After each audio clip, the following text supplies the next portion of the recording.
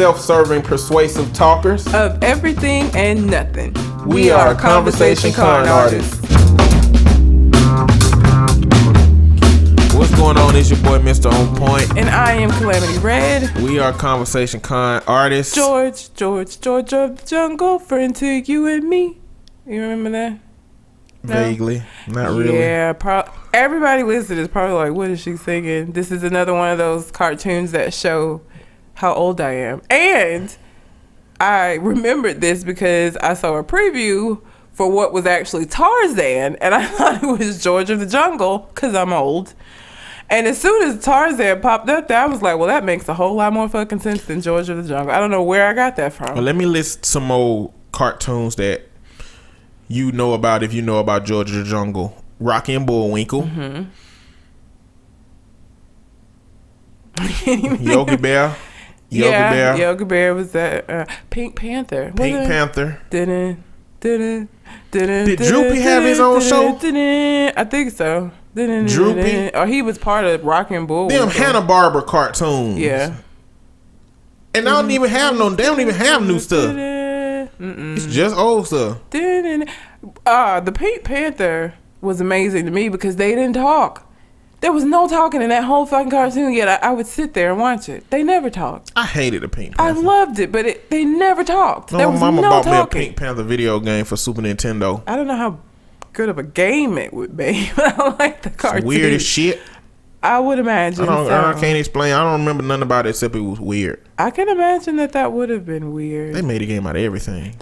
Anything that they thought they could make money out of. I had Bonkers video game. Bonkers? You remember Bonkers? Vaguely. It's like a crazy cat police officer. Yeah, with a crazy voice. Mm-hmm. Yeah. They made They made a game out of every single cartoon. I had Chip 'n Dale's Rescue Rangers. Chip 'n Dale. Like I had I didn't have everyone, but every TV show, cartoon areas, there's probably a game out there for it. Did Doug get one? Did Doug have a game? I don't know what you would have done. I doubt Doug because Doug came out. We talking about Super Nintendo and Nintendo. Yeah. Doug came like it was like PlayStation 64 and Nintendo 64. Was it during that time? Yeah, 64, PlayStation, all of them. Yeah. So they weren't making that many for them, like because them systems were targeting adult audiences rather than the kid audiences like Super Nintendo. That's when it started getting violent or more bloody. Mortal Kombat, hit Super Nintendo. Yeah. Except the Super Nintendo version didn't have blood, but the Sega Genesis version had blood, but you had to put a code in it to get the blood. Oh, yeah. I remember. I liked Mortal Kombat and Killer Instinct. That was, I know. That's no Killer Instinct. I don't know for me. why. That's one of my favorite fighting games ever. I loved Killer Instinct. It was amazing. Man. Cinder, Glacius. I like Killer Instinct. No. I like Mortal Kombat too. I mean, and Mortal Kombat stood the test of time. Killer Instinct didn't. They didn't make another Killer Instinct. Mortal Kombat at like 20. They made another one. Did they? Yeah. I only saw it. What? It's new. It's recent. It's No. just for Xbox. It's a reboot of the first. I'm saying Mortal Kombat had all these different over the years they've been doing it. Oh. You got the very first this one is Killer new. Instinct, but then you got 10, 15 years later. This one is new. another They one. added some characters and stuff. But still, look how long in between the time. Mortal Kombat has been getting different versions throughout these years, and it took 15 years for them to do another Killer Instinct. A lot of them that sucked. Yeah. I don't know the last one. I don't think I played the newest one. I think which one did I have? I had one on Xbox 360. Whichever 9. that one was. That one was fun. Yeah, I like that one. This one is the new one is way different. It's really, really realistic. Oh. See, I don't know. I'm weird about cartoon blood. I don't know. What do you mean? I think we talked about this about the anime. Like when you were saying some of them are gory. I'm more bothered by cartoon blood than I am like real blood in like movies, which makes no sense. And I'm aware of that. Cartoon blood it's weird. I don't like it. Another addition to the list of irrational things. And I know where that's going into. Let's talk about the website before we get to that. I want y'all to check out the website, conversationconartist.com. Go to that and check out links for our stories and all of our other podcast episodes. You can also leave us some mail on that. You can find me at Twitter at Mr. MISTER_on point. And I can be found at Calamity? Red_Calamity. I can't remember my own damn name. Also, we are still doing the listener letter part of the show, but we do not have any letters for this week. So if you would like to help us remedy that problem, you can send in your letters, questions, concerns, whatever the case may be, into the website, or you can send it to our Gmail account, which is conversationconartists@gmail.com. And we're just going to get right into what is not an irrational thought. Mm-hmm. So I'm sure you saw that Captain America is an agent of Hydra and has always been. And I would just like to take this time to say that I was right about him being a fuckboy. I would just like to say that. You were not right. I was right. He's horrible. I've been saying he was horrible for the longest. I didn't know that he was an agent of Hydra, but I knew I didn't like his ass for a reason. No, there was no reason. The reason just came to exist. You liked him for absolutely no reason. He's and whack. The level to which you hated him represents an irrational level of hatred. I don't know that it was irrational, but I did have a conversation with my younger brother. And I think I told him that I went and saw the movie, and I thought he asked me, and I said, yeah, I went and saw the movie even though I hate Captain America. And I thought he asked me, why do I hate him? But what he asked me was, which Captain America? I don't know why I heard, so I went on this tirade. I went on this long rant about how he whack, and I hate that fucking Shield, and he's the worst hero in all of the superheroes. And my brother was like, what is wrong with you? I just asked you which movie you went to see. I was like, oh. There it is. Irrational. It's not irrational. He sucks. You just wanted an opportunity to talk bad about Captain America. Because he sucks. He sucks so bad. That's subjective. Well. Because you literally have no evidence. Hey, he's done everything that he's supposed to save everybody in the comics every time somebody be saved. He wasn't even listen, obviously the writers also don't give a fuck about him, because now they've turned him, and this is the most interesting thing about him now. They actually made him an interesting character by making him a double agent, because he was boring as fuck before. I don't know. I think this is some kind of skewed reality, and I think that they're going to bring Captain America back. They always bring Captain America back. I would hope not. I hope that this is the end. I hope he's permanently over on Hydra's side and they fuck him up and just end this whole Captain America thing. That's they my really hope. They gonna have to explain to me how he's picked up Mjolnir before, which is Thor's hammer. I need to know how he picked that up then. That's all I need to have explained to me. Or the power of Thor's hammer gonna have to be invalidated. So we'll see. I don't want them to go messing with Thor. I like Thor. Look at you. I do. But Captain America has picked up Thor's hammer, so it means one of two things. It means Captain America is good or Thor's hammer sucks. It's a magic trick. I don't know. I don't want them fucking with Thor either way.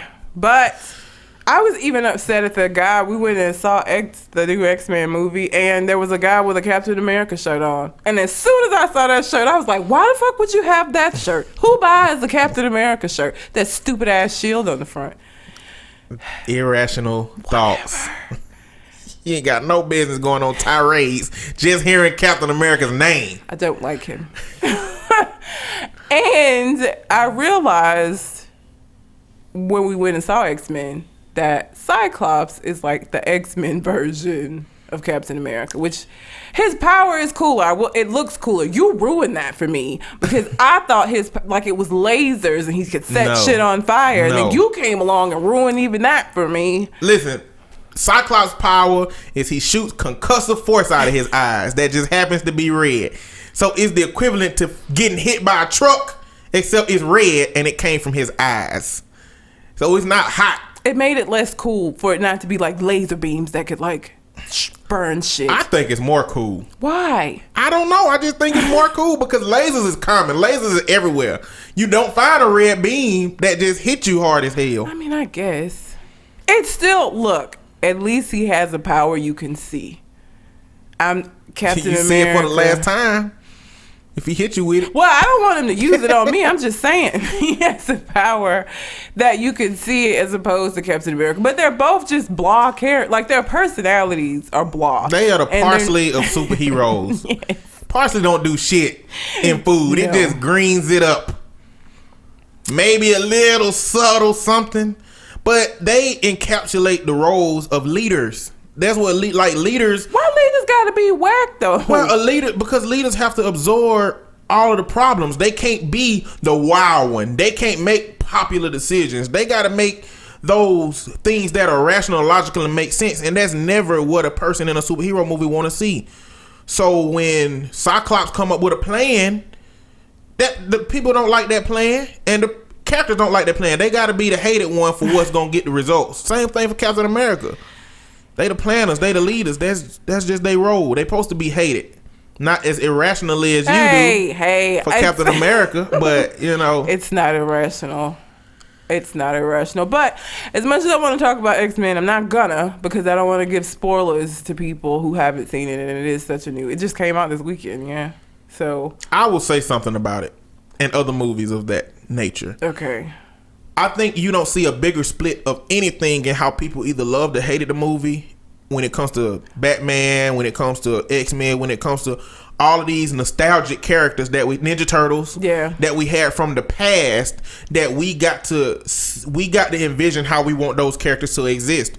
And it's just a wide range of expectations from people like Apocalypse, people like Wolverine, people like, the Ninja Turtles, all these characters. We got our own individual set of expectations. So whether you heard the review was good or bad, you just got to go see the movie. I was surprised when you told me people hated it because I loved it, but I get, once you explain why, I'm not as tied to the history of these characters as some people are, and so I don't notice every little thing that's off from the original as like super fans do. So to me, that allows me to be able to enjoy the movie more, because I'm not like, oh, that would never happen, or that can't possibly happen, or he's not like that, or he didn't do that. So it allows me to just enjoy the movie for what it is instead of comparing it and looking for the differences.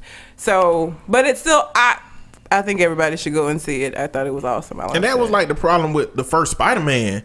The first Spider-Man, the whole series, watching the animated series, Venom existed in that show for some time, but you got the movie that introduced him and killed him off in the same movie.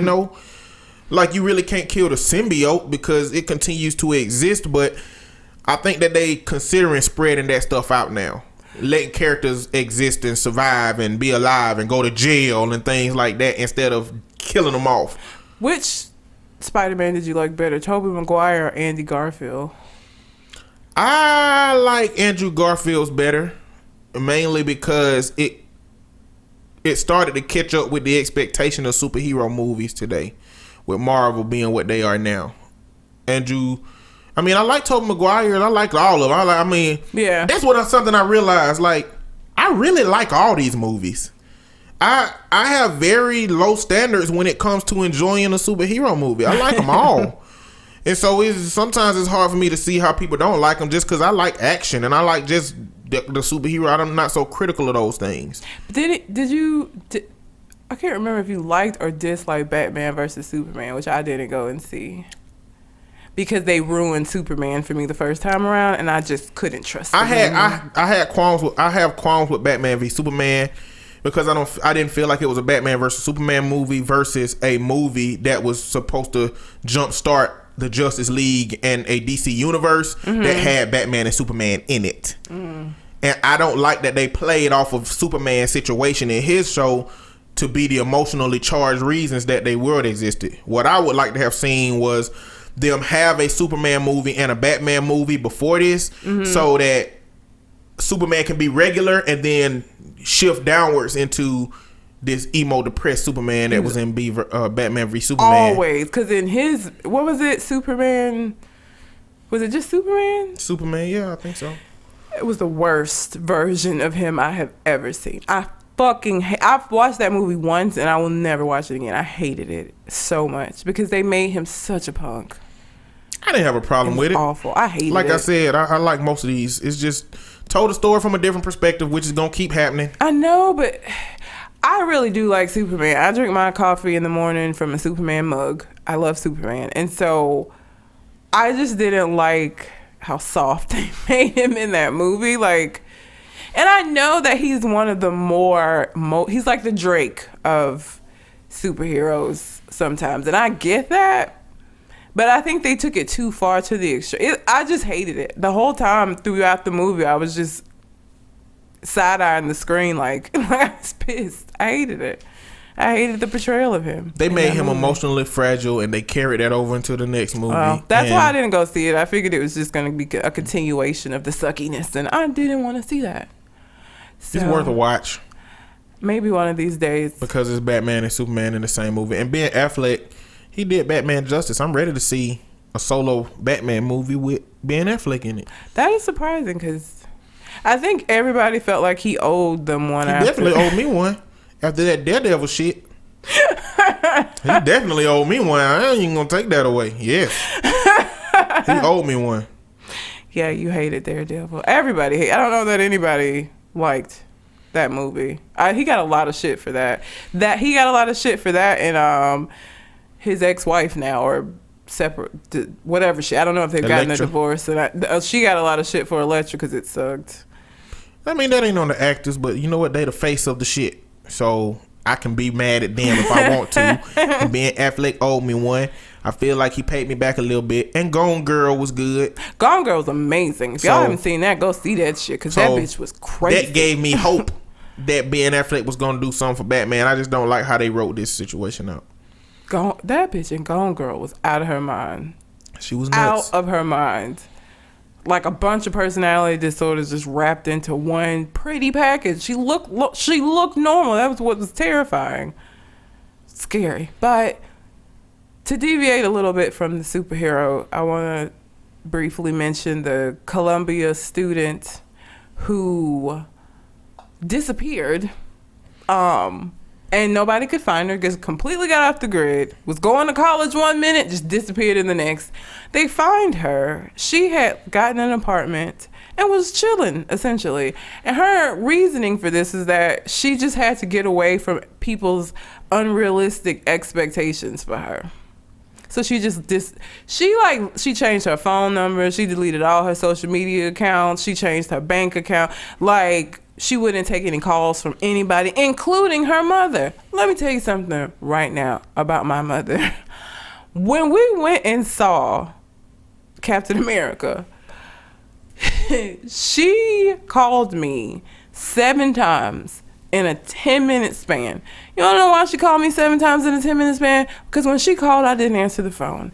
And I normally answer the phone. So my mom goes from 0 to 100, okay? So she'll go from, okay, well, maybe she's busy or she didn't hear the phone, to, oh my God, she's dead somewhere. I got to call the police.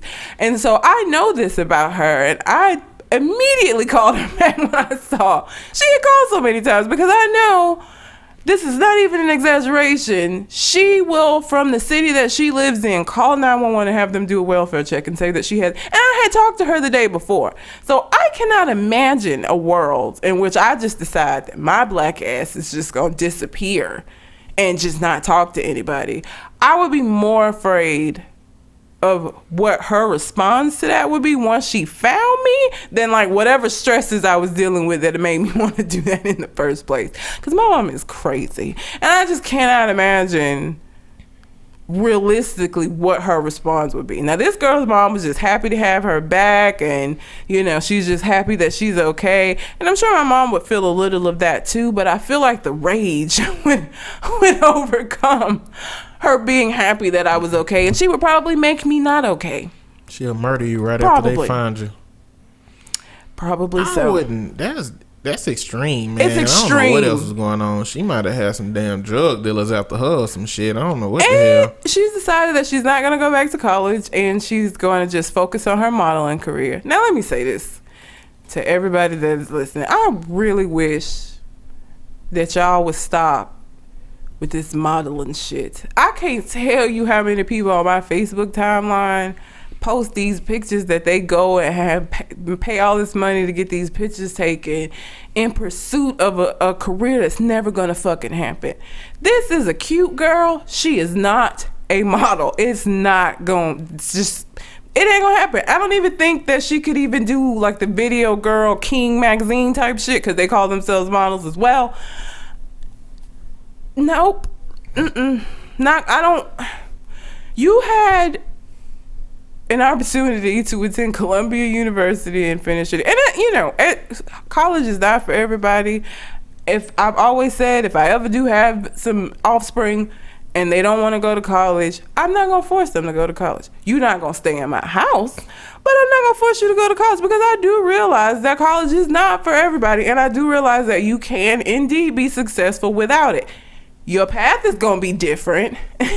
It's going to look a little different, but it's possible. So I wouldn't force that on them. But at the same time, I think you need to be realistic about your outlook on the things that you want to do. And you quit in Columbia to become a model and work on your music, I think is what she said. Don't know what kind of music she does. It's just like, girl, what?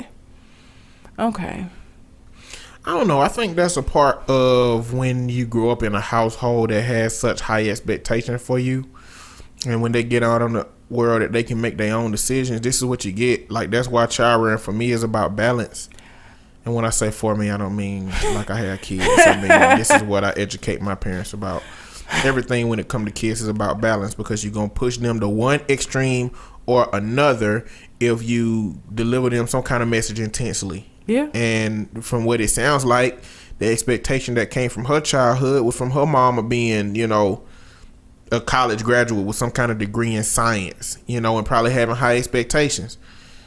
Yeah, at the same, it's still such an extreme reaction. Well, the reaction is definitely extreme, because a lot of kids get that, and then they just drop out maybe without telling the parents. So you know what I'm saying? They don't disappear and shit. They may just not tell their parents that they quit because they don't want to go through the hassle of you. And the parents, if anybody that has ever been to college, your parents cannot call and get your grades and shit. That's not how that works. So I've seen people just quit because it was too much and it wasn't what they wanted, and they just didn't tell their parents.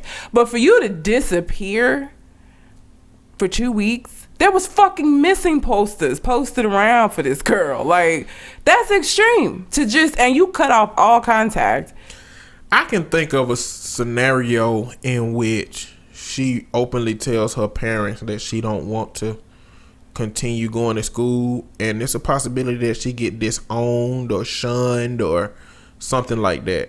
I'm not saying that this reaction was warranted. Disappearing is essentially the same thing. What I'm saying, there's a reason that she felt like she had to do it that way. She sounds like a flighty ass. Did you read that? She just sounds. I read half of it. I ain't read all of it. She just sounds like one of these hipster ass, flighty ass people. Like, I don't know how much of this was really her feeling this intense, all these expectations and all of this, and how much of it is that she just flighty as fuck. Like, even her response, her answers to why you did it, it didn't sound like to me like somebody that's like super stressed out and I couldn't deal with it. I had to get away. Like, it was a very hipster ass answer. I don't feel a person that's hipster would have ever been in that situation, because they probably just wouldn't have went to school.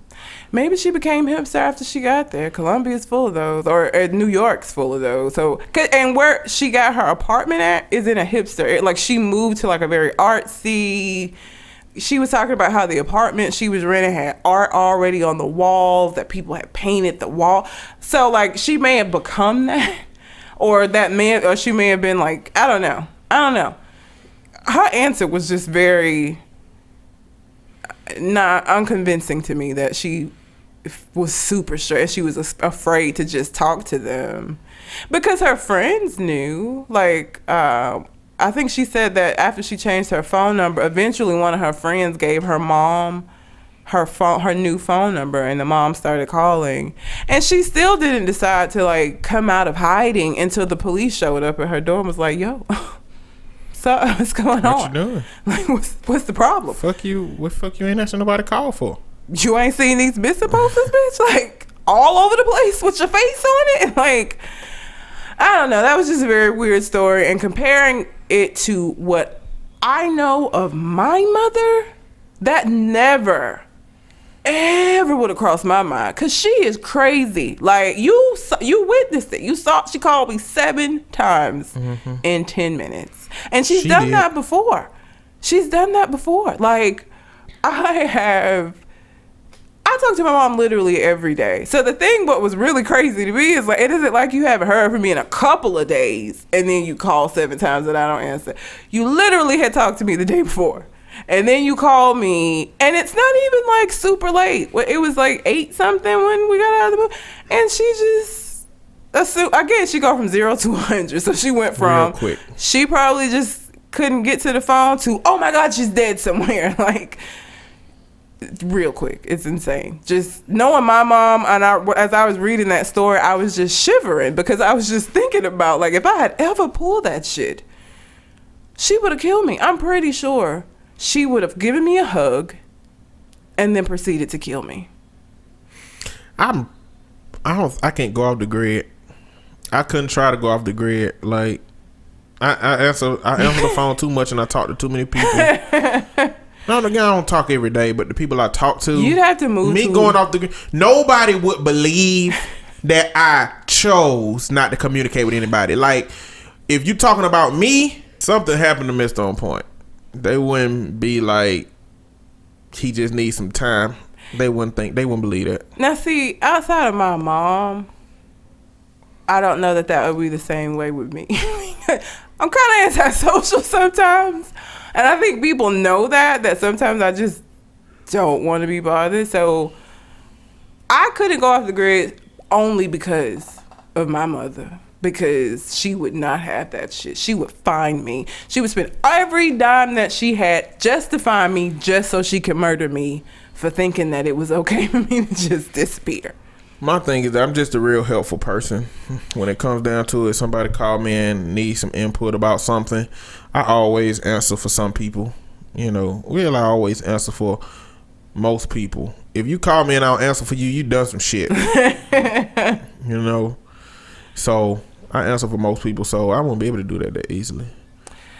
I go weeks sometimes without talking to my mama, my family and them sometimes. Hell no. My mama always working 3rd shift, and I'm worried. I mean, our schedules don't match up a lot.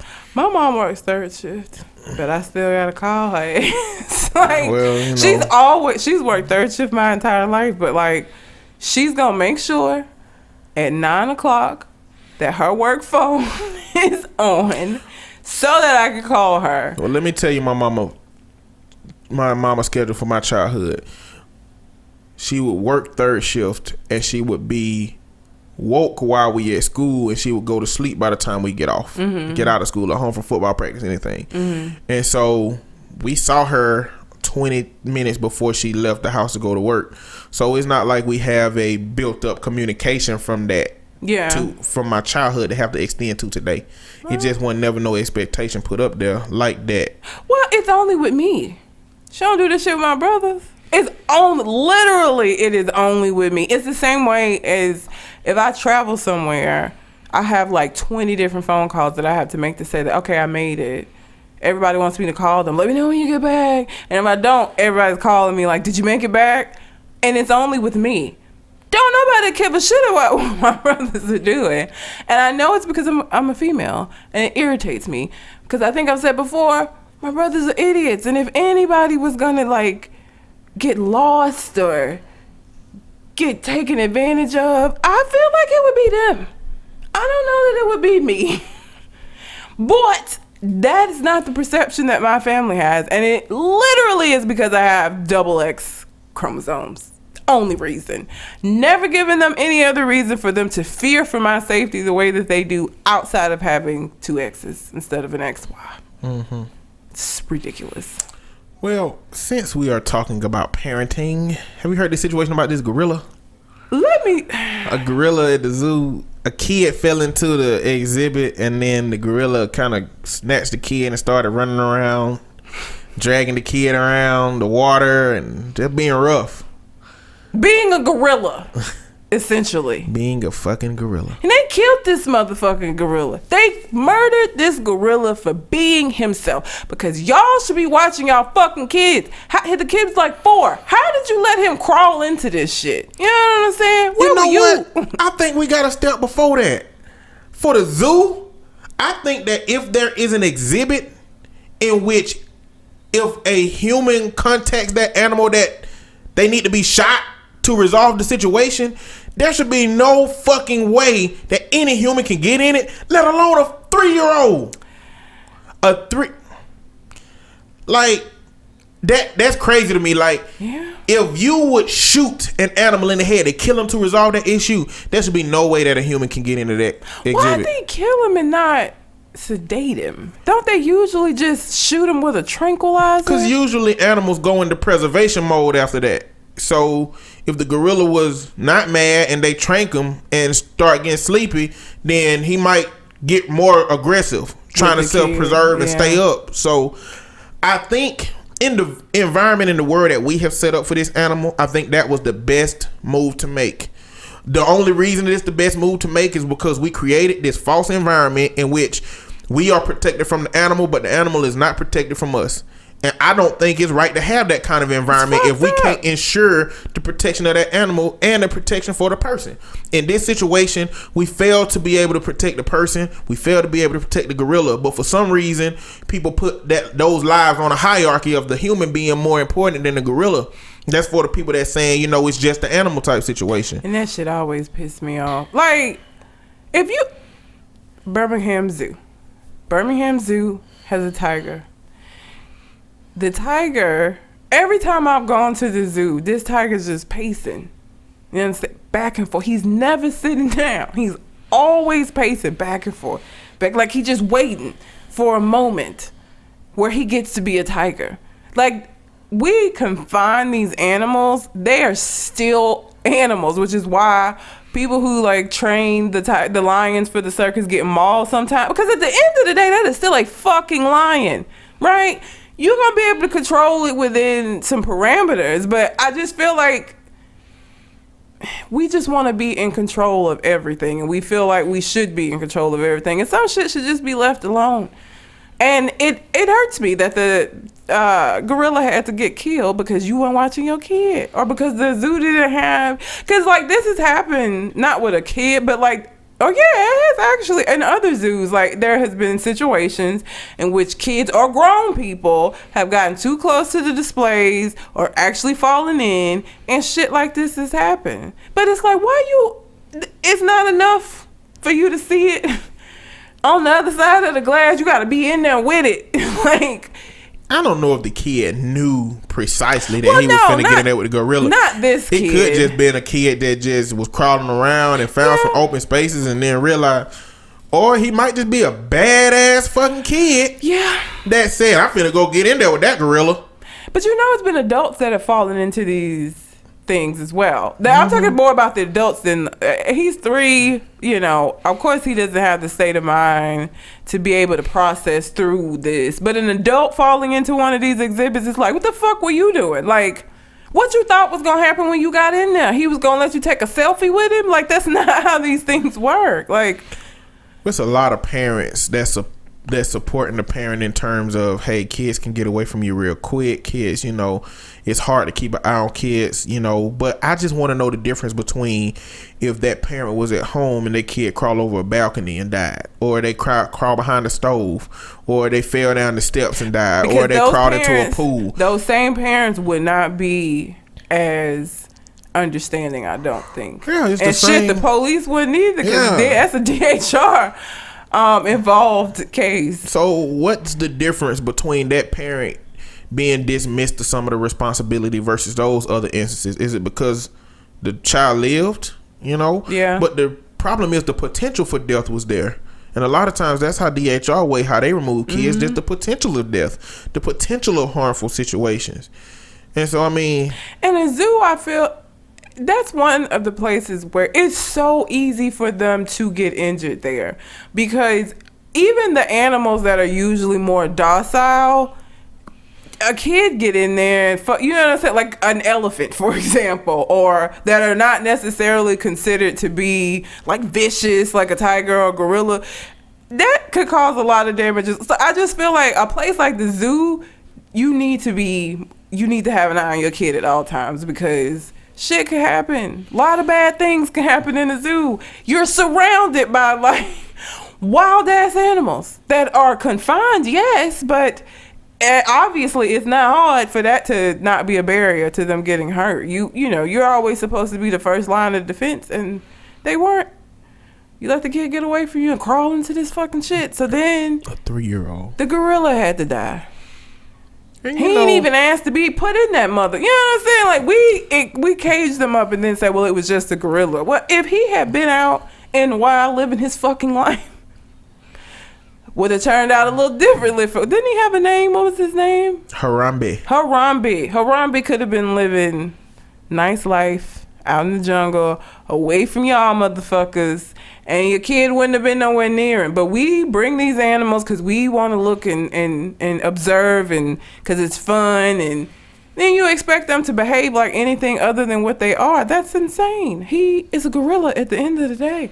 And a fucking kid coming in. Have you seen them with their own little gorillas? Like, they rough. I mean, they rough because they can be. Because they tough. And they don't have an understanding that this is different. Gotta be, you know what I'm saying? Like, and it might have just been that gorilla treating that child like it would treat a cub, except for our taste is too rough because we're fragile. We're far more fragile than gorillas. But he doesn't have the state of mind to say, okay, gotta be a little more gentle with Jimmy here. He's like, you know what I'm saying? He's gonna treat it like he treats any other cub. Or are they called cubs? I've been calling them cubs. I don't think they're called cubs. I really don't care. What are they? I don't know what baby gorillas are called. Maybe they are cubs. That just sounds wrong for what they are. I don't know. Who knows? Little gorillas. They call them baby gorillas. That's it. You know when the show's over, I'm going to Google that shit because I don't like it when I can't. Yep. I don't know something. I don't think the gorilla should have died, but in this false world of where we feel like this animal is just in a very small version of its own environment, I think this kind of situation tells us that it is not. This is not a small version of its environment. No. This is just a mockery. It's a show, and it's something that protects us from the gorilla, but don't protect the gorilla from us at all. It's this instant shows. And so I just hope they take security more serious when it comes to the exhibits with animals that could cause babies and children and adults harm. If they were to get in there, I hope they make it to where there is no way that people can get in there without lock and key type situation, without being so intrusive of the animal's environment. It's like some Jurassic Park shit. I don't like that shit, man. Like in parenting, yes, I understand that kids can get away from you, but in some environments, that is the difference between living and dying. Yeah. This parent is one of the luckiest parents on earth. Because it could have went a whole different way. Yeah. So let's go into, well, I guess it still is it depends on how you look at it. So, we didn't say Happy Memorial Day. Thank you for your service if you are in the military, because I forgot it was Memorial Day. But anyhow, it won't be when y'all listen to this, but today is Memorial Day, and A&E has done a reboot of Roots, and it's going to be in a show form. So it's going to, tonight is the premiere episode, and I was just telling Mr. On Point that I'm not going to watch that shit. And here's why. It's not because I don't feel like we should know about our history, but I do feel like we revel in it a little bit, and it bothers me that these kinds of shows, these kinds of movies are like the movies that win awards and shit, like The Butler or Django or The Help, or I just get sick. I get sick of it. Like, I don't want to see people getting raped and enslaved and beaten, and Mondays suck enough. You know what I'm saying? It's already the worst day of the week, in my opinion. I don't want to go to work, come home, sit down, get on the couch, snuggle down, and then watch some black struggle. Like, I don't. It's not that I don't want to know about our history. I do know about it. And watching this, just to me, for me, is just a little much. I just can't get into black struggle like that. And I guarantee you that this fucking show is going to win like an Emmy or all kind of nominations, because for whatever reason, Hollywood white people like watching black struggle. And no shade to the actors, because a lot of the people in this, I think, are really good actors and actresses, but I hate that they're going to get their awards from black struggle. Movie. Show. Whatever. I don't watch none of them movies either. I mean, for me personally, I know what we experienced. I know what we've been through. By this point, everybody fucking knows. I mean, it serves its purpose. We don't need to be a generation that forgets the reason that things exist. But I don't know if the way to not forget it is by making it entertainment for people. Well, I think for me, I think this is the same reason that the Confederate flag is what it is for white people.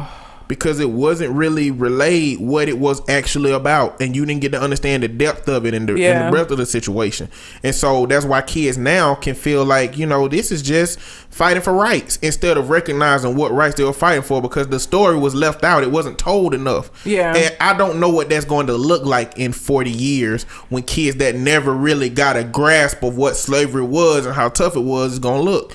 Because right now there are a lot of residual effects of slavery that African American culture is experiencing, and I think that watching those things and knowing about those things gives you understanding of why the stuff is the way it is. But are they the ones that are watching it? Is my question. Are kids gonna be the one watching Roots tonight? I don't know that that's gonna be the case. Well, whether they do or not, they gonna have somebody that can direct them to it if they need to watch something. But for me, I mean, I know the struggle that we've been through, and I don't know what I don't like. At first, I thought I was avoiding them. No, at first I thought I just didn't have time to watch them. But as pattern arises, and it turns out I don't watch any of them, then I feel I'm avoiding them for some reason that I might not have even discovered about myself yet. I just don't. I haven't even seen a lot of them. I think the last black struggle movie that I saw was probably Precious. And I think you told me that you have not seen that. Yeah, no, I ain't seen Never Precious. Fucking watch that movie. I won't watch that, no way. It is the most depressing movie that I've ever seen. And is it more depressing than For Colored Girls Only? Oh, fuck. I don't even know. That may be comparing apples to apples. Cause they both end in such a depressing ass way. There's no, and I know all movies are not gonna end on the best note or on the most happiest note, but this shit is like depressing. Precious ended the movie with AIDS and still, like, I think she was homeless. It was just like, what the fuck is this? What did I just watch? Same thing for Colored Girls. They up on the roof, doing kumbaya sisterhood shit. Janet got AIDS from her gay husband.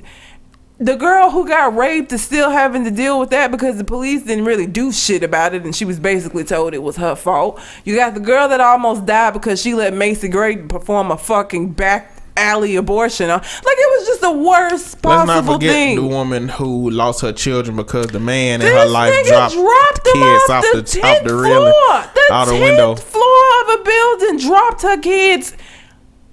What? It was the worst. Both of them horrible movies. If you have not watched either of these, I promise you I'm not exaggerating. These things are the things that actually happened. Don't fucking watch them. And if you did watch them, God bless you, because oh my God, both of those movies. And for Colored Girls painted black men. It was such a Tyler Perry. Yeah, I felt bad to be a man after watching that movie. Colored Girls painted black men is such an awful, like, y'all are rapists. I was like, am I shit? You're rapists and murderers and alcoholics and just a bunch of gay down low men who's out here giving folks AIDS. Like, it was the worst. It was just the worst depiction of black life. And my problem with this is that there are some white people who look at these movies and think this is what their lives are like, this is how their life is, and it's not an accurate. First of all of those situations were extremely exaggerated, I feel like. And Janet's whole situation with the husband, this motherfucker was obviously like he winking at motherfuckers when they went to the opera and shit. Like, you see this and you choosing to ignore it. Whose fault is this really? Like, what's the matter with you? Worst movies ever. So yeah, those were the last 2 Black Struggle movies I think that I've watched, and I have avoided all the rest. I've never seen The Help. I know that whole you is smart, you is good, you is whatever, just from because it's now in popular culture, but I've never seen that movie and I don't want to see it. I don't want to see Django Unchained. I don't want to see The Butler. I don't want to see it. I saw this movie called Goodbye Uncle Tom. It's a very old movie. It's another one called, I think, The Cook That Sat by the Door. That movie, I think, was about a black man that infiltrated the FBI and then brought some of the strategies to the community. Mm-hmm. But Goodbye Uncle Tom was the era of slavery from the perspective of a Frenchman who came over here and experienced it and was disgusted by it. And it was just, they would have, like, it was one scene where it was black kids sitting under the table while the white people were sitting around talking about how to make the strongest blacks and what black folks to put together and stuff, and they were throwing crumbs under the table for the kids, and it was rough depiction. You know, that was the last one I really saw, and like I said, I mean, I've seen it really don't add depth to how deeply concerned I am for my culture. The problem that I have is when some black people who do watch all of those movies and continue to watch them kind of grade you on your level of blackness by whether you seen Martin Luther King movie or not. Well, those people can kiss my ass. I mean, I ain't subjecting myself to that, like, because what are you supposed to feel after watching that? Like, I usually feel angry. Like, it doesn't do anything for me to do that. The worst one that I've ever seen that gave me the most strong reaction, have you ever seen Rosewood? Mm-mm. Worse. Okay. So I think it's Ving Rhames is in it. I know Ving Rhames is in it. Yes. Mm-hmm. So basically the whole movie is about an entire town called Rosewood that was essentially burned to the ground because this white bitch lied. She was having sex with some man that was not her husband, and it was another white man that she was having sex with. He got mad and punched her in the eye. And when her husband came home, she had to explain where the fuck this black eye came from. Instead of her being honest, she's scared. So she tells him that some black man came and raped her and punched her in the eye. So then he gets all his little cronies and they get their shotguns and essentially just go around destroying this town, lynching people. And here's what was really fucked up about it. The men that were in this lynching party with him all knew his wife was a hoe.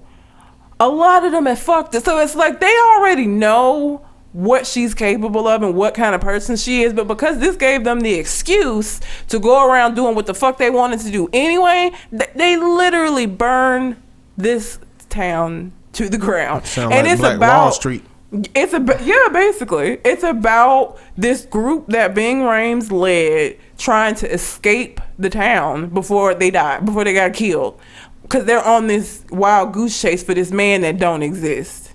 And everybody kind of knew it. And then the movie ends with Ving Rhames and a few people getting away. The man, like, somebody in the lynching party, like, tells him, like, you know what kind of wife you got or whatever. And he goes home and whoops his wife's ass at the end.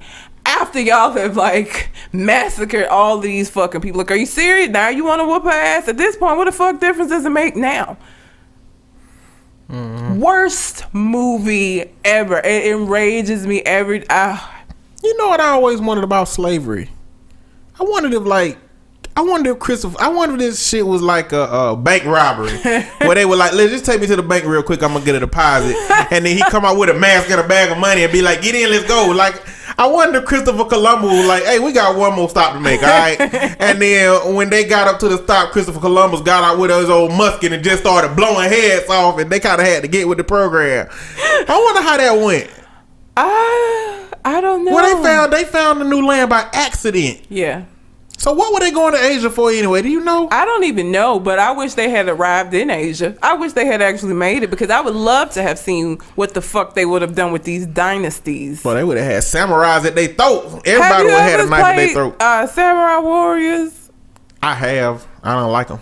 I don't like them games. Samurai Wars, Dynasty Wars, all that. I don't like none of them. Those. Because they're just cut and slash, and I just get to go around massacring hordes of people. I love those games. Didn't like them. I played them with my brother online from Indiana. We play on Xbox. We played on Xbox 360, but I would have liked to have seen what would have happened had they actually made it to Asia, like what that would have looked at. Because the Indians were very nice and very welcoming. The land belongs to everyone. The water belongs to everyone, and the Europeans came in like, we don't play that shit. We play ownership. Somebody got to own this shit, and if y'all ain't gonna do it, we're gonna do it.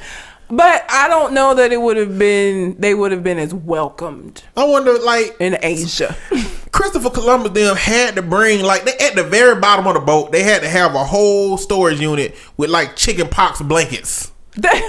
You know what I'm saying? Like, or smallpox blankets, whatever they put. Like, they had to be prepared. They were like, look, just in case we gotta massively destroy an entire culture, but we can't do it with weapons. We might need these blankets and this disease with us. I don't know if they were advanced enough to know that they could decimate an entire culture with a outside illness that they're not immune to. How did they? Somebody came up with that plan. Like, they didn't gather that stuff up at the new land. Well, but they didn't go straight to the Indians, right? They had made some stop. Maybe some people had gotten sick along the way, and that's how the shit had. Like, maybe they didn't know that the shit had smallpox. I don't know. In it, I don't know. But I would have loved to have seen them arrive in early Asia. White people were diabolical geniuses when it came to destroying other people. So they were like little Kingstons. Well, diabolical genius is different than a Chinese dictator. You know what I'm saying? But I see the similarities in the situation. Speaking of Kingston, I have to Oh, yeah, I have to do this. Okay, so I was supposed to go out of town for Memorial Weekend, and as you can see, I'm not out of town. And Mr. On Point was gonna walk Kingston for me because Kingston has recently learned to walk down the stairs. Now, that may not sound significant to you, but I have had this dog for 8 years. And for 8 years, I have carried him down the stairs of every apartment I have ever lived in because he'll go up the stairs. He refuses to walk down them. He would just stand at the top and whine for me to come and get him. He would not walk down them. We came back from visiting one of my friends, and he just started walking down the stairs all of a sudden. He's been walking down the stairs ever since. So I figured, okay, because Kingston isn't going to let anybody pick him up. So the whole barrier to me getting like somebody to dog sit was they were going to have to pick him up, and he wasn't going to allow them to. So now it's like, okay, all they got to do is put the leash on his little ass and walk him down the stairs. Boom. So we practiced. Didn't practice in the right way, I don't feel like. I told my uncle them this, and they were like, the very fact that you had to practice with your dog says a lot about him. And I said, you know what? You're right. Because most dogs, you probably wouldn't have even had to go through all of this. But we made an attempt. So I come home from work, and what was supposed to be like the dress rehearsal, gave Mr. On Point my key, told him to go up by himself, put the leash on Kingston, bring him down and walk him. So I'm sitting in the car, and I saw you when you turned the light on, and I was like, why is he turning the lights on? I was like, whatever. So I'm just sitting there waiting for him to come downstairs with Kingston. He comes down alone without Kingston. That shit wasn't finna happen. What did he do? He just spazzed out. He did some kind of weird ass ecstasy. I don't know. His head went from side to side, back all around, and made a barking, yelping ass noise. And then he backed away from me and just kept distance the whole time. If I took 2 steps forward, he took 2 steps forward. If I took 2 steps back, he just stayed back. Then if I took 2 steps forward, he'll take even 2 steps forward. So he just kept getting further away from me. So I was like, fuck it. If you ain't gonna let me do it, then... You know. But then when we went back up together, he let you pet him. But he had to warm back up. Cause at first he usually will come up to me when I get there and sit down. He'll come up to me right away. When I came back in, he was distant. He came to you, and then I reached my hand out, and he was looking at me like. And then I had to reach out further, and then grab, and then he came over there. You know he thought he was finna get kidnapped, right? I think he thought that you were gonna kidnap him, and. Like, just imagine doing a kid like that, like a stranger. You're not a stranger. He knows you. But he can't. But you can't tell him I'm not a stranger. You can't say Kingston. That's not a stranger. He don't understand English. He understands select English words, and not because he understands the words. He understands the sounds that it makes. Yes. And it sounds like something that he knows a command to. He thought he was finna get kidnapped, and I was his kidnapper. And you know what? I feel like he think that you didn't know. I feel like he think you didn't know that I tried to kidnap him, and I left out real quick trying to play dumb, and then walked in with you. So I don't even think he believe you in on it. He might not. I don't know. So now, in addition to plotting whatever fate that he got in store for you, he done added me to that because of you. Because I was terrified. I still would have visited my family, but I had to do a day trip because I couldn't take him because they have dogs, and it's a lot. And so I planned a day trip and came back, but it was kind of late. And Kingston's pretty good. He can hold it for like 12 hours. That's the most that he's ever gone without being walked. But when I came home, he was eerily calm. Like, I do feel like he's plotting some shit on me, and I don't know what it is, and it terrifies me because he's a passive aggressive little asshole. He really is. He's not gonna come directly and do something. He's gonna do something that I'm not gonna find till later on. Or I feel like he would like booby trap some shit, and then I would like go somewhere and like something would just fall on me, and it would look like an accident, but he had something to do with it type shit. Like, y'all tell me how many dogs y'all know would do this. She left treats for this dog. He didn't eat a single treat that was left for him. Nope, not a one. They were still sitting there. How many dogs? Like, I know dogs that would have ate all them treats at the very beginning. He left every one of them treats. That's a sign. That's a bad sign. It's not good. He didn't touch him. He did not. And when I left yesterday, I left twice yesterday, and the second time when I came back, he hadn't eaten the treats. And when I left back out the second time, he just sat there like, "Go on, leave, bitch. You gonna leave? Okay, leave. Just wait and see." Like, his facial expression was just like he's planning something. I don't know what it is. Wayne like a woman that husband was leaving the house, and before he left, she already knew she was pouring grits on him that night. That was his facial expression. And I know that... I don't know if it'll be salt grits or sugar grits, but grits. Let's get into that next. I was going to end this by saying... Damn it, I forgot where I was going to go with that. I don't know. Oh, I'm sure people wonder why I keep a dog around that I feel like is plotting on me. But at this point, I'm attached to him, and I think he knows that. And so I can't really get rid of him because I feel bad. And who the fuck else is going to take this dog? Like, seriously.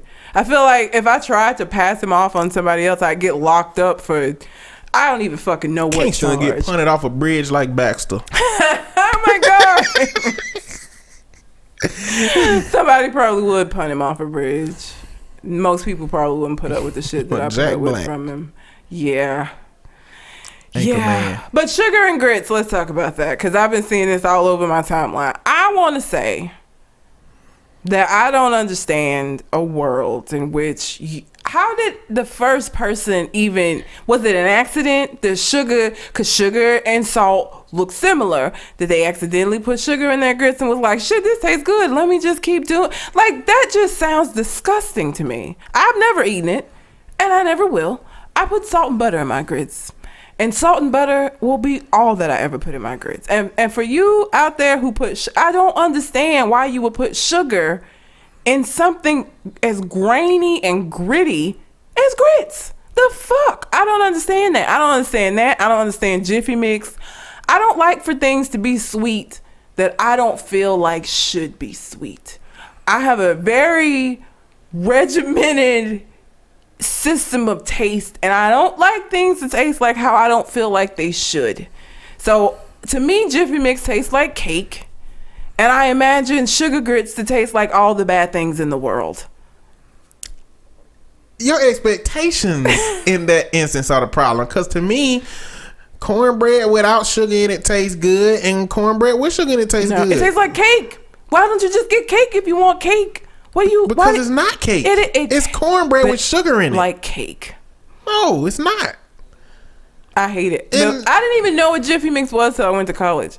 And me and my roommates decided we were going to make a meal, and somebody else did the bread, and they brought the bread, and I bit the bread, and I was like, what the fuck is this? Like, why is this sweet? And it's cornbread. No, it isn't. No, it's Jiffy Mix. What the fuck is Jiffy Mix? Cake? What is this? There's a bunch of different ways that the same thing can taste good. It's 30 different ways to make grits. And some people like it with sugar. Not with sugar. Now, when I grew up, my neighbors that lived next door to us, for some reason I had to go over their house in the morning sometimes. Mm-hmm. And they had grits. They put sugar in their grits. And I wasn't too fond of it, but I ate it. I wouldn't have eaten it. I would have been like Kingston. That shit would have been still I like salt and butter, but I understand it's just different ways of enjoying different things. What are grits, man? What are grits? That's a very good question. It's like a meal. Is it a grain? Like a grain, yeah. What else? Grain. What else? What other foods are made with grain? Rice. What else? What is oatmeal made with? Oats. How different are oats and grain? Pretty different. I know they both in the bottom food group, right? Yeah. I'm pretty sure it's some other things that grits are not ground down to, that sugar goes in, and it makes sense then sometimes. I can't imagine oatmeal with salt.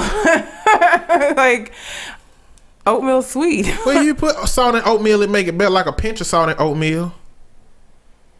Yeah. It's like if you put a pinch of salt in chocolate milk. Make the flavor pop.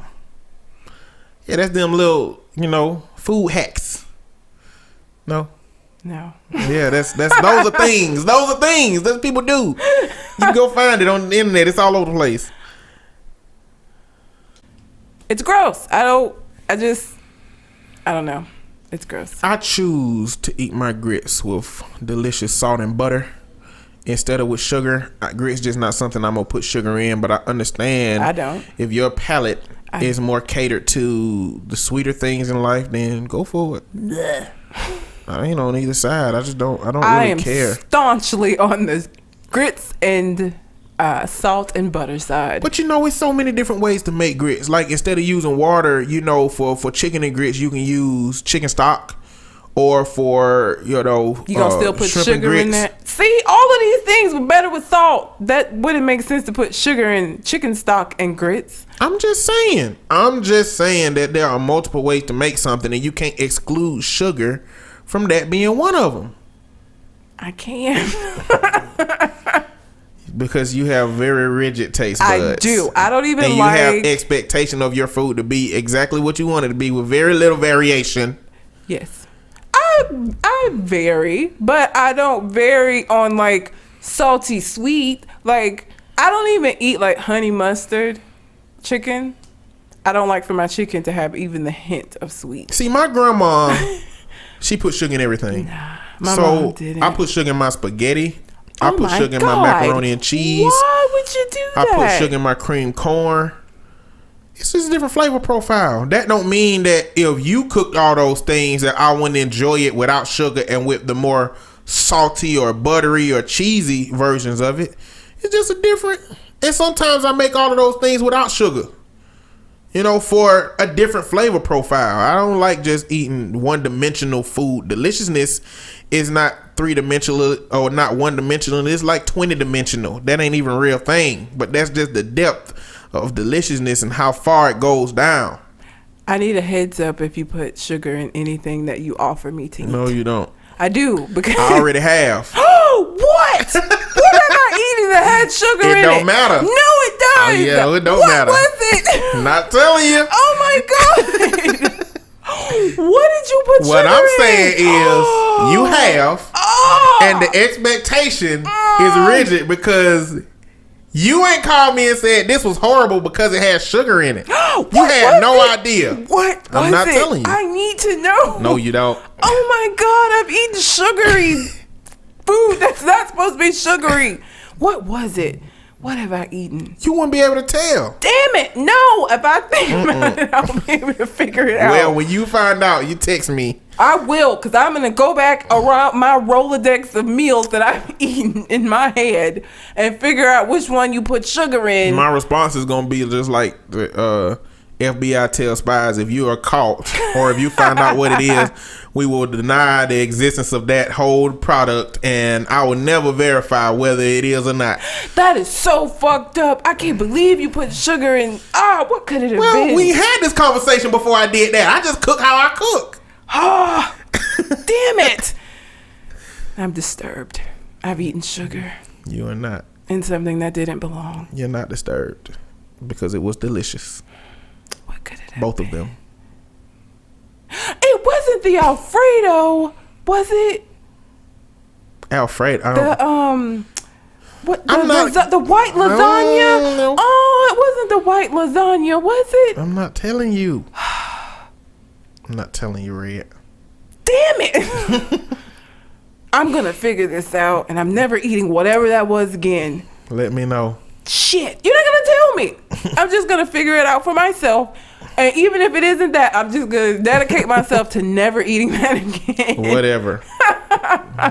Deliciousness comes in multiple forms. Okay, I've got to get off this disturbing subject. Soulja Boy did not have a $400 million deal, and I fucking knew it. I believe on that episode I said there's no way in the world anybody would pay Soulja Boy $400 million to do anything. There are athletes who are extremely talented at what they do that don't get $400 million deals. The fuck could Soulja Boy possibly be doing that would constitute giving him $400 million? And everybody, I didn't realize that people gave Charlemagne from the Breakfast Club a hard time about saying that they were telling him that he was a hater and he didn't want people to have nice things, but he was lying. He was lying. I don't think he was lying. He was lying. I think he had no idea what in the world any of that stuff meant that he read. I think he just saw $400 million on a piece of paper And ran with it. and I got said, $400 million. $400 million bank.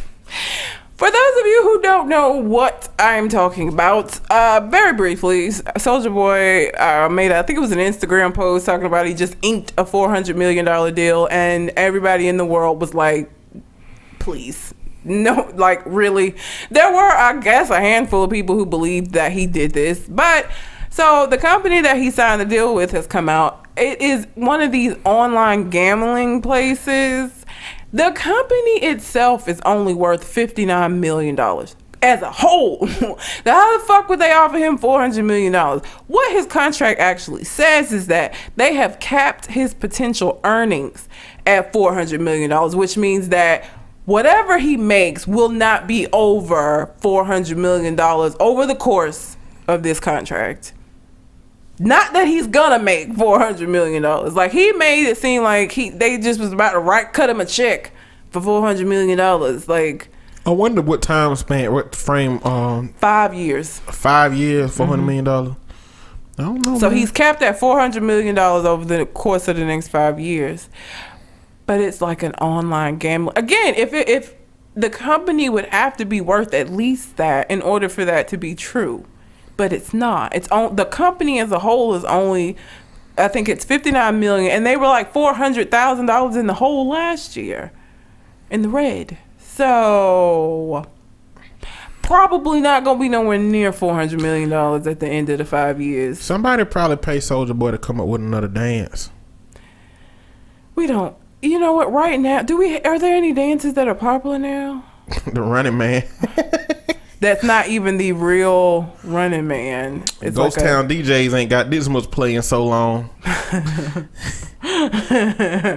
bet they sitting out in the crack house excited. I'm sure. They finna do a tour and everything. Well, I don't know if they in the crack house. I don't even. but you know, drugs. Did we know what they look like? Did Gangsta Boo have the video? It was just a girl walking around, wasn't it? Like I don't know that I even no idea. I don't even know that I know what they look like. I don't even remember that.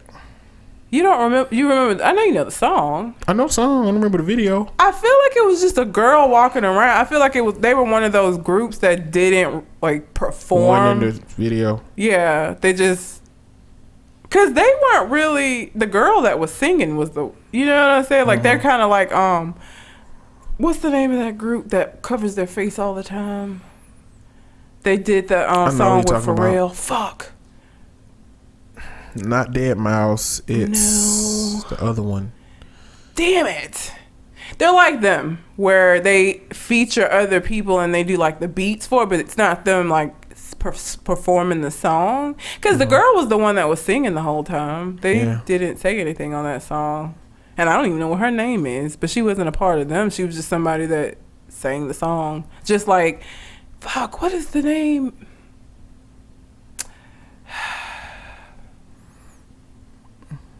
I cannot. We've come too far.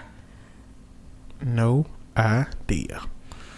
I can see them, but I can't think of their name. I'm not happy that I can't remember their names right now. I mean, either, because I like the. I don't know. I can't think of it. They're not like, because Gorillaz just did the cartoons, but it was them performing it. Unlike this group whose name that I cannot think of. Fuck.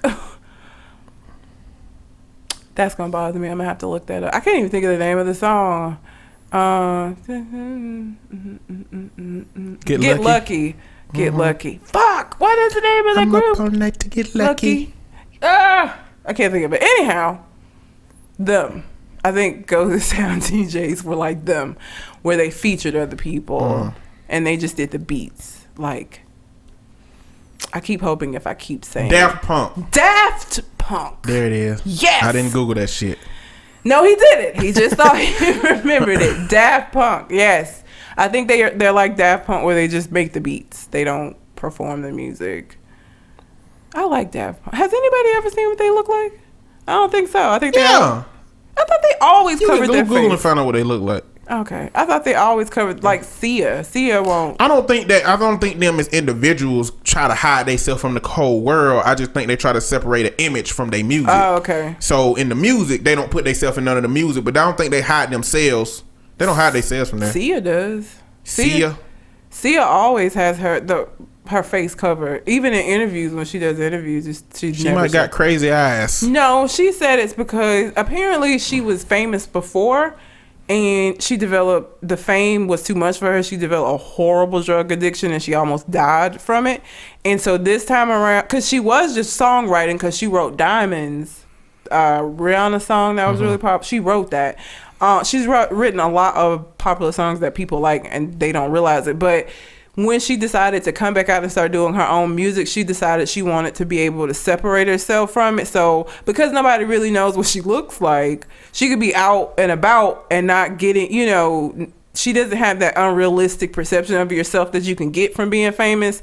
So she never, like, even in interviews, because she did that, James Corden, he does that where he has them ride with him and sing in the car. She did that with him and her face was covered. And she did an interview with somebody I saw where she was explaining why she keeps herself cut. She had her back to the camera the whole time. She never shows her face, not even out in public. Well, when she's out, when nobody like if she's just shopping, she will, because nobody knows it's her. Anytime that she's doing an appearance as Sia, she doesn't ever show her face to keep herself from relapsing. Okay. And her drug of choice was lots of different ones. But anyhow, I think that we rambled on enough, and we'll probably ramble on for like another hour if we don't stop at some point. You're right. You got anything else on your mind? This is the song that... Okay, I'm not gonna do that again. You just did it. You just started it. I wish I could say I'm sorry. It's her fault. I'm not. Well, until we come to the next conversation. We out. Holla.